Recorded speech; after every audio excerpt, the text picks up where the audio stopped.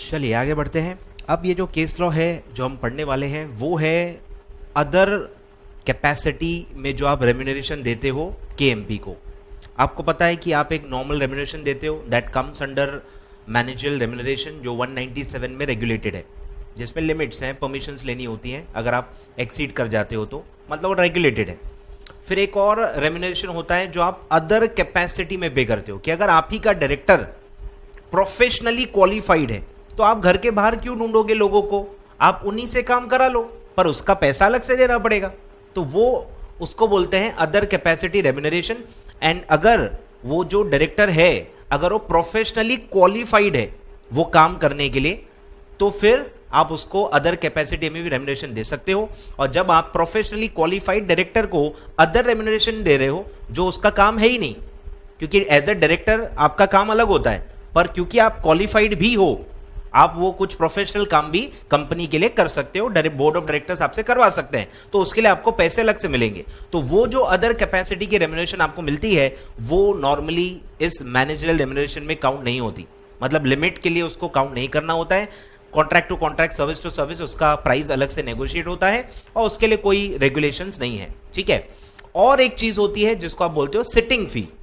तो सिटिंग फी में भी आप पढ़ चुके हो कि that is not a part of managerial remuneration, उसकी भी लिमिट अलग होती है। 1 लाख पर डायरेक्टर पर मीटिंग आप दे सकते हो, तो that also does not fall under the term managerial remuneration, ठीक है। तो क्वेश्चन आपको दिया है कि अदर कैपेसिटी में देना चाहती है कंपनी तो वो मैनेजरियल रेम्यूनरेशन में आएगा या नहीं आएगा, पर हर अदर कैपेसिटी नहीं आती, मतलब सामने वाला प्रोफेशनली क्वालिफाइड होना जरूरी है।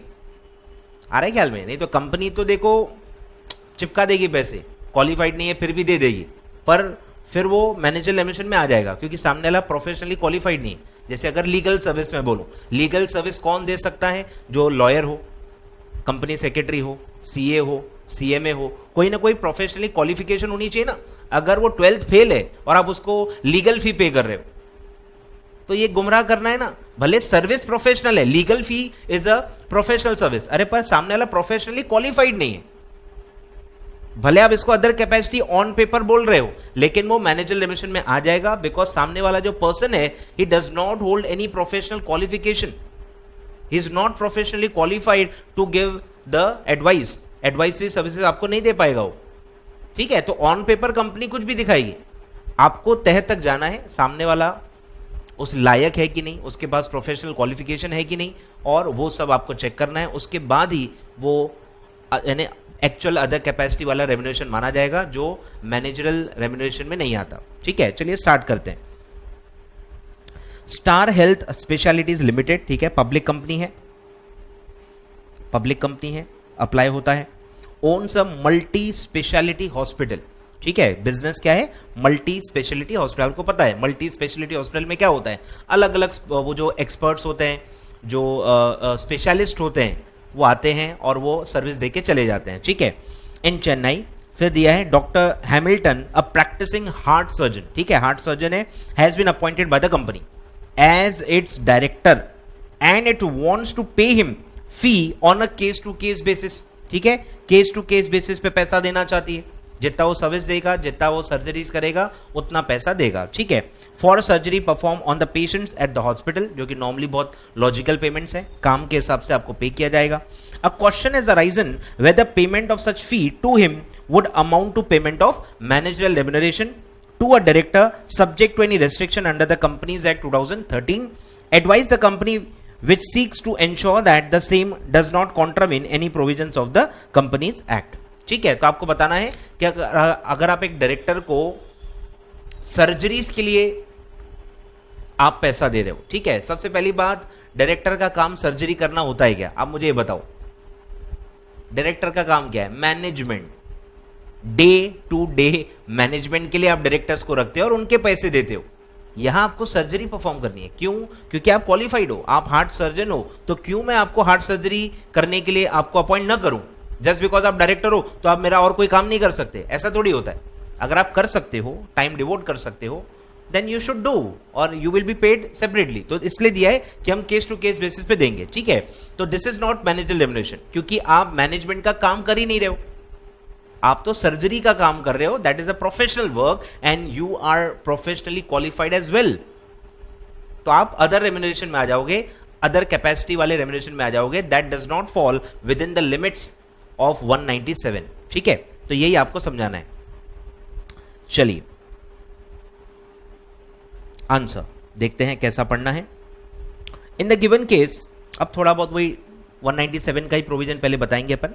इन the given case doctor Hamilton has been appointed as a director, he has to be paid a fee for surgeries perform by him, it shall be fully possible under 197 subsection 4 जो other capacity के बारे में बोलता है, which states that remuneration payable to directors including managing और whole time director और a manager shall be inclusive of the remuneration payable for the services rendered by him in any other capacity। ठीक है, by default normally any other capacity में भी आप काम करते हो तो आपको वो मैनेजर रेम्यूनरेशन में ही काउंट करना है, लेकिन उसका एक एक्सेप्शन है जो मैंने अभी क्वेश्चन के पहले 10 बार आपको रिपीट करके बताया। उसमें एक एक्सेप्शन है, except the following services rendered are of a professional nature.